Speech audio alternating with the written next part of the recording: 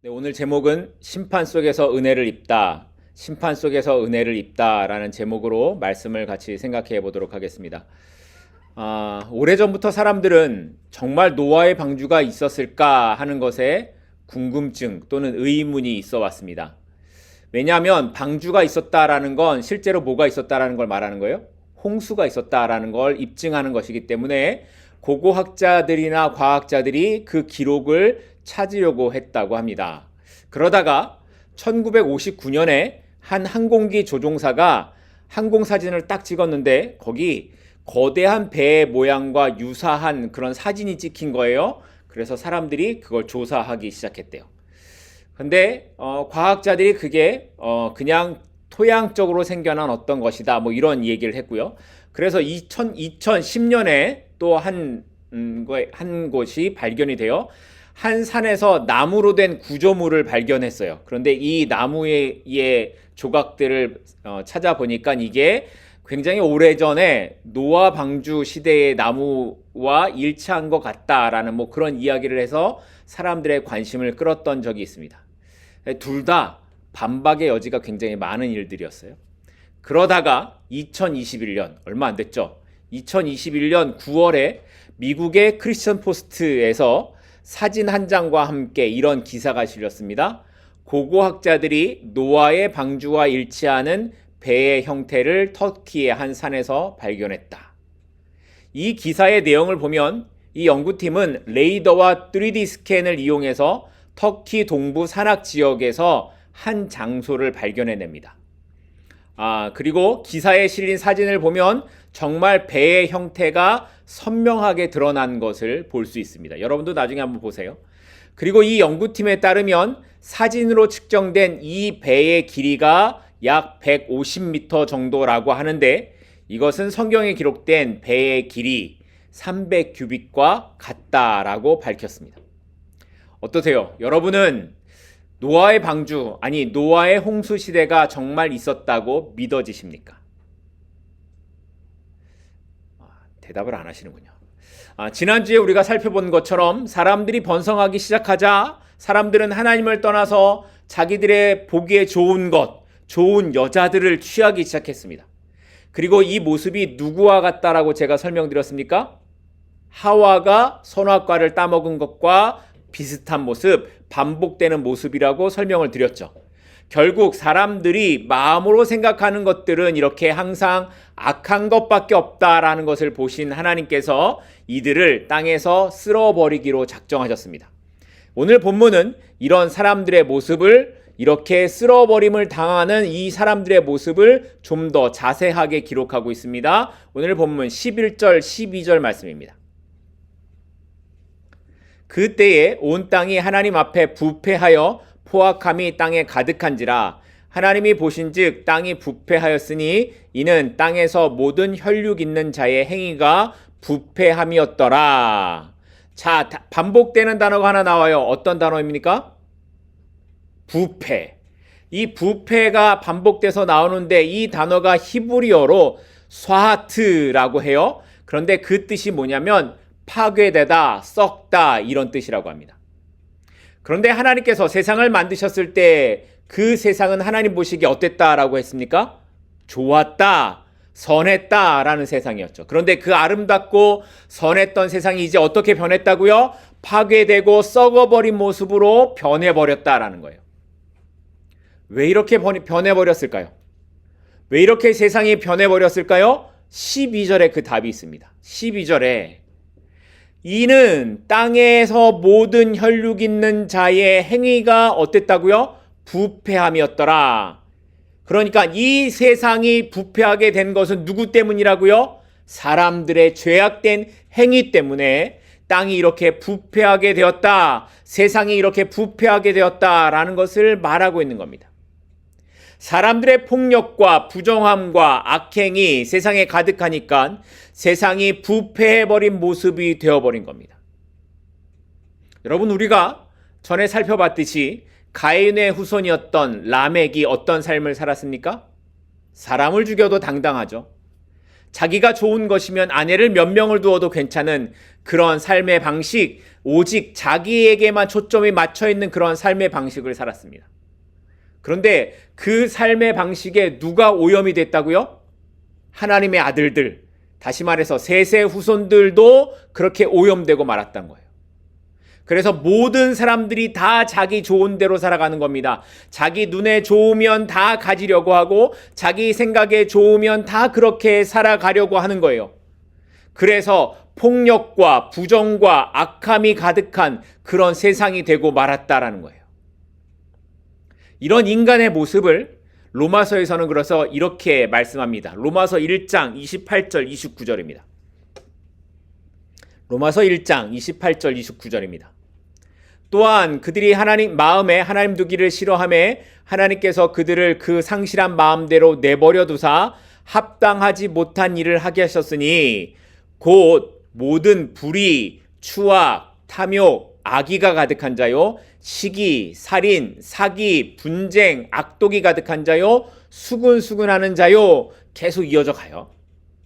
노아 시대의 모습과 같이 바울 시대의 모습도 이런 모습이었다라는 거예요. 다 사람들이 그렇게 살아요. 불의, 추악, 탐욕, 악의, 시기, 살인, 분쟁, 사기, 악독, 수근수근하는 것, 뒤에서 뒤통수 치는 것, 이런 게 다 가득한 삶의 모습이었다라는 거예요. 그러면 지금은 다를까요? 여러분 생각하실 때 지금은 다르겠습니까? 지금은 더하죠. 사람들의 부패함과 포악함은 정말 극에 달하는 것 같습니다. 매일 뉴스를 보게 되면 뉴스 안에서 들려지는 기사가 뭐예요? 이 세상이 정말 악함의 끝을 향해 가고 있구나 하는 것을 생각하게 됩니다. 돈 때문에 가족을 죽이고 자기 배를 채우기 위해 친구와 가족을 배신하고 짓밟으며 남자가 여자를 취하는 것이 너무나 당연한 것이라고 말하는 세상에서 지금 우리가 살아갑니다. 오로지 자기 만족을 위해서라면 다른 사람이 고통을 받던 그들이 죽임을 당하든 나와 상관없다고 나만 아니면 된다고 말하는 이런 세상에 소망이 있겠습니까? 그런데 성경은 이런 세상에도 소망이 있다고 그 삶을 살았던 한 사람을 소개하고 있습니다. 8절 말씀을 보겠습니다. 그러나 노아는 여호와께 은혜를 입었더라. 노아는 여호와께 은혜를 입었습니다. 모든 사람들이 다 부패한 삶을 살아가고 있는 그때에 성경은 노아가 하나님의 은혜를 입은 사람이었다라고 기록합니다. 그래서 하나님께서 세상을 심판하시는 때에 노아를 구별해서 노아와 그의 가족을 구원하시기로 작정하셨던 겁니다. 자, 그러면 여기서 이런 생각이 들게 될 겁니다. 왜 하나님께서 노아에게만 이런 특별한 은혜를 주셨던 걸까요?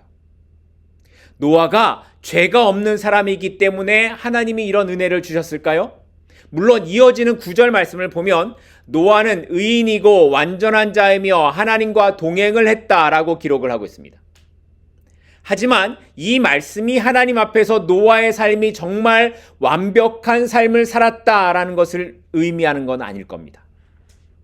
노아 역시 죄인이었고 얼마든지 죄에 넘어갈 수 있는 사람이었습니다. 그럼에도 하나님께서 노아를 이렇게 의인이고 완전한 자라고 부르셨던 것은 그가 어떤 사람이었기 때문에 가능했다고요? 그가 하나님의 은혜를 입은 사람이었기 때문에 가능했다라는 거예요. 노아는 먼저 자신에게 찾아오시는 그 하나님을 만났습니다. 어떻게요? 은혜로 찾아오시는 하나님. 그 은혜 앞에서 하나님을 알게 되었고 하나님의 일하심, 하나님의 함께하심을 노아가 알게 되었습니다. 그래서 그는 부패하고 악독한 세상 속에서 의의 길을 걸어갔고 하나님과 함께하는 삶을 살아갔던 겁니다. 그런데 여러분, 이렇게 함께 하나님과 동행하는 삶, 함께 하나님과 함께하는 삶을 살았다는 것은 어떤 삶을 말하는 걸까요?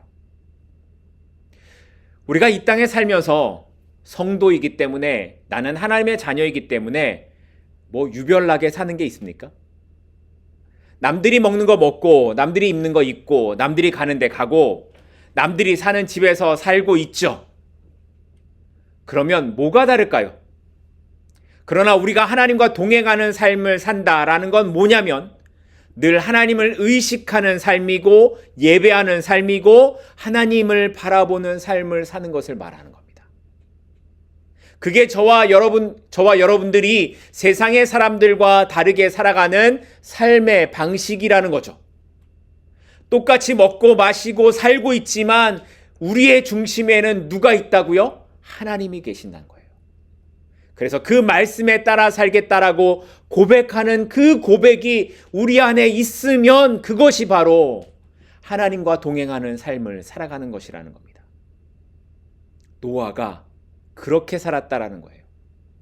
노아가 그렇게 하나님과 동행을 했어요. 그러면 좀 더 구체적으로 노아가 어떻게 하나님과 함께 했는가를 22절에서는 이렇게 설명하고 있습니다. 오늘 본문 22절입니다. 노아가 그와 같이 하여 하나님이 자기에게 명하신 대로 다 어떻게 했더라? 준행하였더라. 앞으로 우리가 살펴보겠지만 사실 노아에게 방주를 지으라는 하나님의 말씀은 말도 되지 않는 일이었습니다. 작은 배도 아니고 축구장 크기와 같은 그 규모의 배를 3층 높이로 지어야 됩니다. 이걸 다 지으려면 시간이 얼마나 걸릴지도 알 수 없는 일입니다. 더군다나 노아 역시 그 당시 다른 사람들처럼 그런 홍수, 하나님이 말씀하시는 홍수를 본 적이 없습니다. 그런데도 노아가 그 일을 시작했다라는 거예요. 그 큰 배를 만드는 동안 얼마나 많은 사람들이 노아를 보고 비웃었겠습니까? 아마 미쳤다라고 했을 거예요. 하지만 노아는 오로지 누구에게만 집중합니까? 하나님께만 집중해요. 하나님의 말씀에만 집중하고 사람들의 시선에 흔들리지 않습니다. 노아가 그렇게 큰 배를 만들 때에 그 일이 보통 어려운 일이 아니었을 겁니다. 배를 만들기 위해 그는 자신의 재산을 다 소비해야 했을지도 모르고 그것들을, 그 양식들, 먹을 것을 비축하기 위해 얼마나 많은 일들을 거기에 소모했을지 알 수도 없습니다. 더군다나 이 일이 1년에 끝났을까요? 2년 안에 끝났을까요? 성경에 나와 있지 않지만 지난주에 우리가 살펴본 것처럼 노아가 배를 만드는 일은 약 120년가량이 걸렸던 그런 일입니다. 그런데 그 일에 노아가 지치지 않아요. 그 120년을 살아가는 삶에 노아가 지치지 않아요. 달라지는 게 없어도 지치지 않아요. 하나님의 말씀대로 노아는 배를 만들어 갑니다. 우리가 하나님의 말씀대로 산다고 하지만 하나님의 말씀대로 살지 못하고 흔들리고 넘어지는 이유 중에 하나가 뭡니까? 뭔가 우리의 생각대로 이루어지지 않기 때문입니다. 내가 생각한 대로 빨리 뭔가 되지 않아요. 하나님께서 빨리 이 문제를 해결해 주셨으면 믿겠는데, 하나님께서 빨리 병을 고쳐 주셨으면 믿겠는데, 이 일이 빨리 이루어지면 믿겠는데 아니에요. 여전히 문제가 있고 여전히 어렵고 여전히 울어야 되는 일들이 계속 반복되는 겁니다. 그런데도 하나님의 말씀은 뭐예요? 그런데도 하나님은 나를 보라고 말씀하십니다. 하나님께 집중하라고, 그렇게 살아가라고 말씀하신다는 거예요. 그런데도 여러분은 그 하나님을 정말 신뢰하고 그 말씀에 순종하면서 살아가실 수 있으십니까? 그런데 노아가 그랬다는 거예요. 왜요? 그의 삶의 목적이 하나님이었고 자신이 은혜 받은 자임을 기억하면서 살아갔기 때문이라는 겁니다. 여기에 중요한 포인트가 있어요. 자신이 은혜 받은 자임을 기억하면서 살았다. 노아는 그 삶을 살았습니다.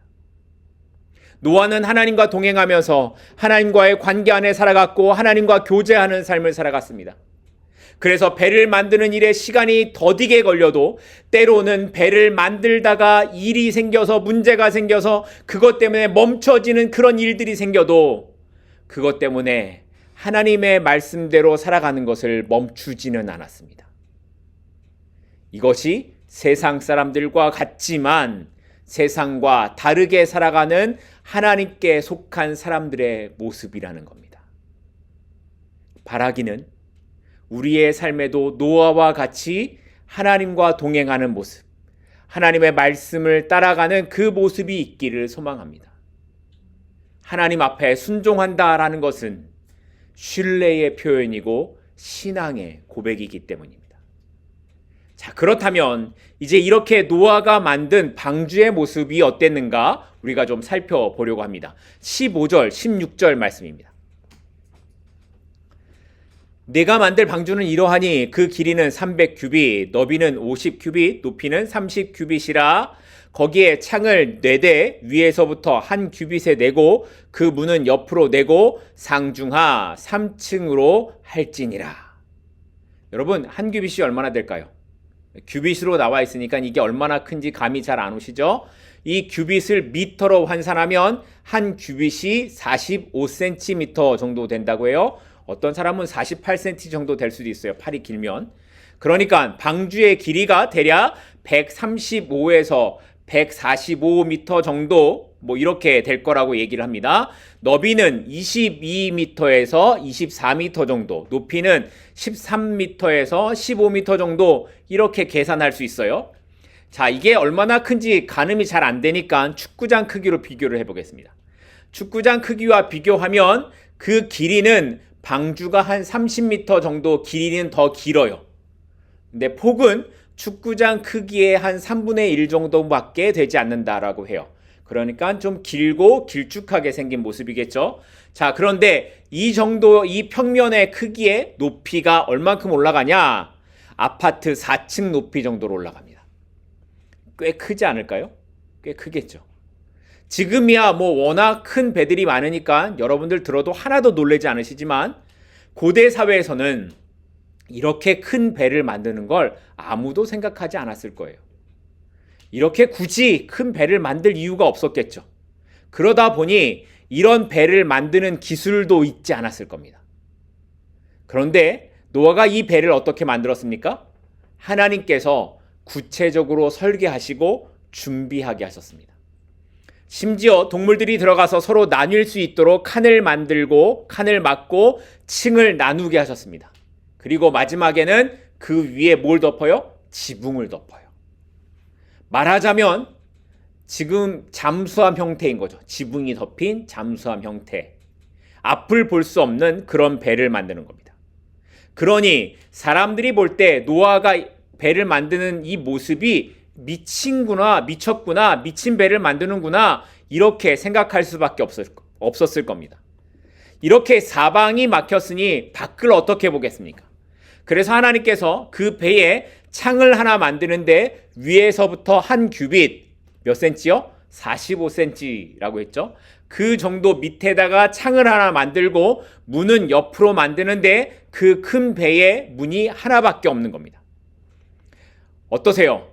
여러분이 생각할 때 이 정도 크기의 방주라면 충분히 하나님이 말씀하신 생물들, 동물들을 다 담을 수 있다, 충분하다라고 여겨지십니까? 그런데 앞에서 말씀드렸던 것처럼 사실 많은 사람들은 노아의 방주에 대해 믿지 않습니다.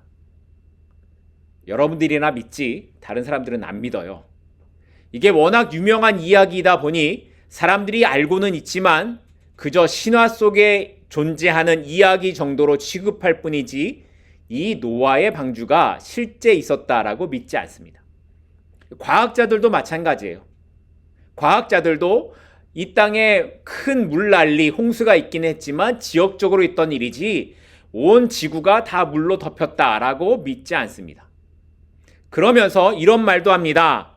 아니, 그 배 안에 새와 가축과 동물들이 그 종류대로 둘씩 들어갔다라고 하는데 그러면 얼마나 많은 동물들이 들어갔겠느냐라는 거예요. 그리고 고대에는 공룡도 있었는데 이 공룡이나 코끼리처럼 큰 동물들이 어떻게 그 방주 안에 들어갈 수 있었겠느냐라는 질문을 합니다. 여러분의 생각은 어떠세요?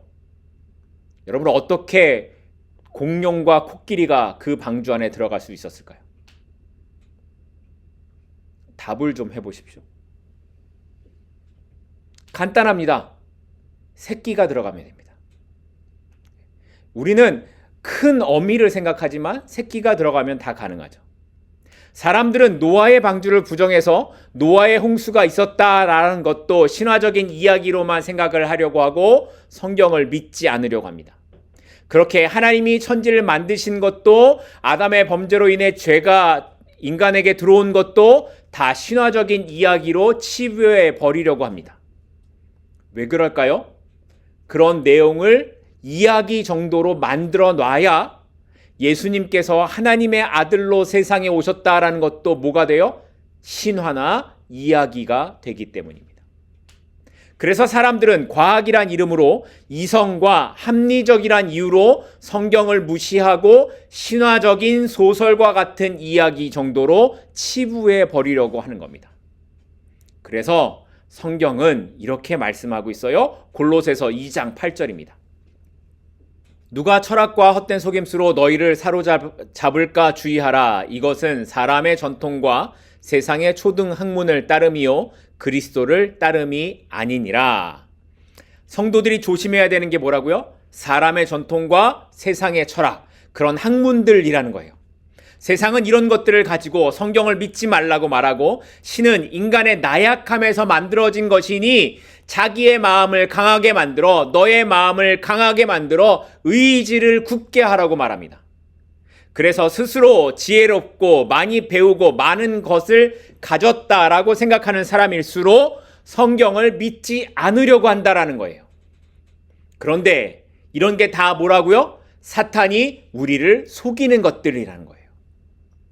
마치 노아 때의 사람들이 노아를 믿지 않았던 것처럼 지금도 많은 사람들은 노아의 사건을, 창조의 사건을, 예수 그리스도의 부활의 사건을 믿지 않습니다. 그런데 이렇게 이것들을 믿지 않는 사람들은 결국 어떻게 된다고 성경이 말씀하고 있습니까? 17절 말씀에 있는 것처럼 모든 것이 다 죽게 된다고 말씀합니다. 영원한 심판과 영원한 고통의 죽음이 그들 앞에 있다라는 거예요. 여러분은 그렇다면 이것을 믿으십니까? 이렇게 우리는 지금까지 노아 시대의 사람들이 어떤 삶을 살았고 그들이 왜 하나님의 진노를 받게 되었으며 그 가운데서도 노아는 어떻게 구원을 받았는지를 살펴봤습니다. 그리고 하나님께서 얼마나 세밀하게 방주를 만들어 가시는지에 대한 말씀도 살펴봤습니다. 그래서 이 노아의 방주를 통해 하나님께서 오늘 우리에게 말씀하시고자 하는 의도가 뭘까요? 이게 중요하겠죠. 노아의 방주가 오늘 우리에게 보여주는 그 의미가 뭘까? 이게 중요하겠죠. 그러니까 이 앞에 것까지는 다 기억 못하셔도 이제부터 뭘 꼭 기억하셔야 됩니까? 이제부터 드리는 말씀은 꼭 기억하셔야 돼요. 자, 중요한 의미를 이제부터 같이 살펴볼 겁니다. 먼저 방주 안에 숨겨진 그런 의미들이 있어요. 그게 뭘까? 한번 보겠습니다. 14절입니다. 14절을 보면 하나님께서 방주를 만드실 때 사용해야 되는 재료들을 말씀하세요. 나무가 나와요. 어떤 나무를 쓰라고 말씀하십니까? 고페르라는 나무예요.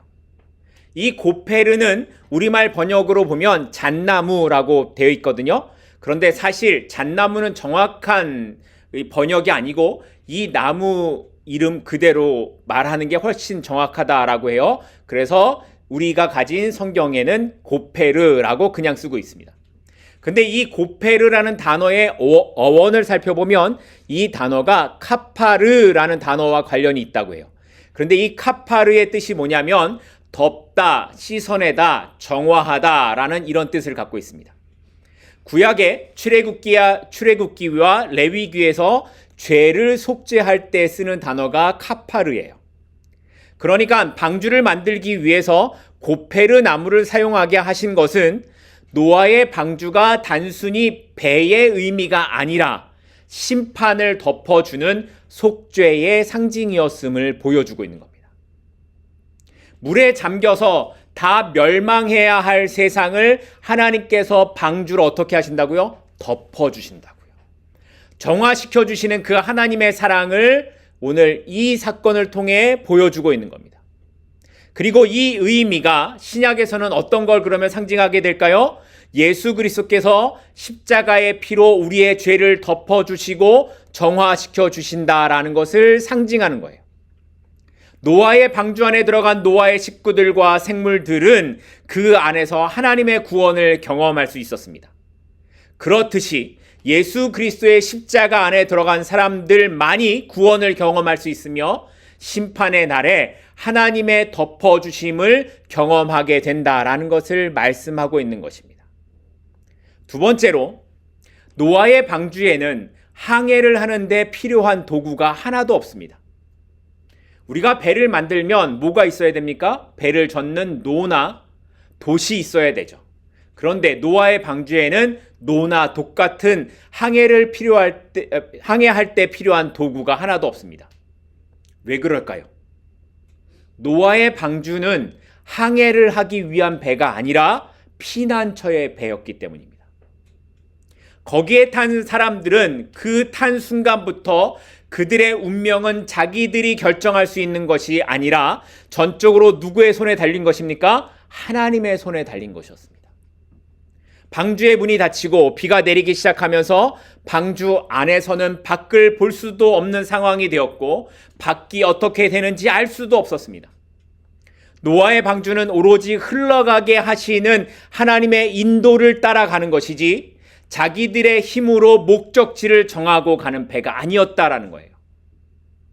배가 어디로 가는지 얼마나 있어야 하는지 알지도 못했지만 분명한 것은 그 배 안에 있으면 어때요? 안전하다는 거예요. 그 배 안에 있어야지만 살 수 있다라는 거예요.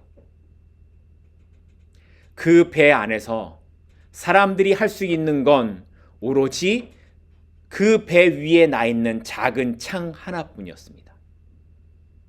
그것을 통해 비가 그침을 알고 그것을 통해 새를 내어보내 언제 물이 빠지게 되는지를 알 수 있을 뿐이었습니다.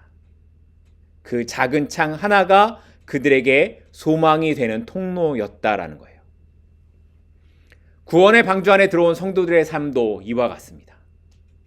방주 안에 있는 사람들이 오로지 위에 있는 창만 바라봤듯이 그 창을 통해서만 하나님의 인도하심을 엿볼 수 있었듯이 그리스도 안에 있는 사람들도 그렇습니다. 예수 그리스도 그 방주 안에서 우리는 우리의 힘으로 목적지를 향해 갈 수도 없고 우리가 원하는 대로 우리의 삶의 방향을 정할 수 없습니다. 우리가 붙잡고 의지해야 하는 것은 하나님의 인도하심에 대한 온전한 신뢰와 의지밖에 없다라는 거예요. 그래서 불안했을까요? 그래서 노아가 불안했을까요? 아마 그럴지도 모릅니다. 그러나 그 불안함보다 더 중요한 건 그들이 믿었던 건 그 방주 안에 있을 때 안전하다는 하나님의 언약이었습니다. 그렇다면 우리도 그렇지 않겠습니까? 우리가 살아가는 세상이 어떻게 변하든지 우리는 예수 그리스도 안에 있을 때에만 안전합니다. 세상이 얼마나 화려하게 변하든지 세상이 얼마나 많은 것을 우리에게 말하고 있든지 우리가 흔들리지 않을 수 있는 이유는 우리가 방주 안에 있는 그 이유 때문이고 하나님께서 이 방주를 보호하시고 인도하신다는 약속을 믿기 때문이라는 겁니다.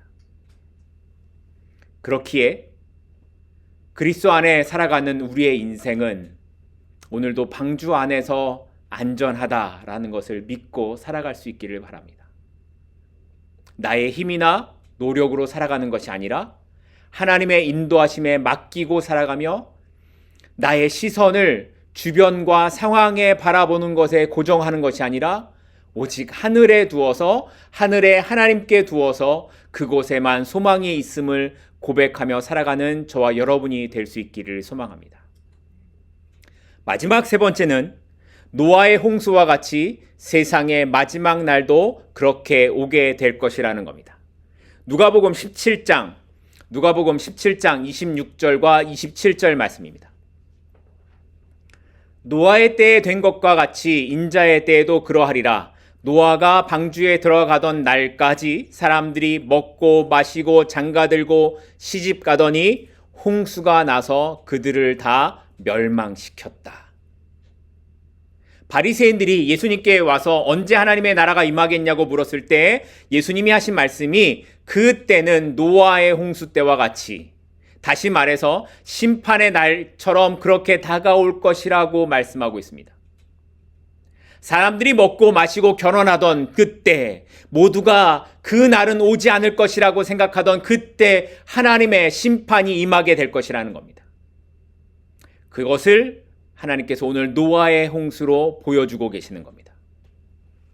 하나님께서는 인간 세상과 멀리 떨어져서 우리에게 관심 없는 분이 아니라는 겁니다. 하나님은 세상이 악하게 되어도 그것을 언제까지나 참으시는 분이 아니라는 거예요. 그것을 해결할 수 없는 무능력한 분도 아니라는 거예요. 하나님은 지금도 이 땅을 보고 계시며 하나님의 시간을 정확하게 계산하고 계십니다. 단지 우리는 그날을 알 수 없기 때문에 오늘은 아닐 것이라고 생각하며 어제처럼 오늘도 내일도 그날이 오지 않을 것이라고 생각하며 살아갈 뿐이라는 거예요. 그런데 하나님은 분명하게 보여주십니다.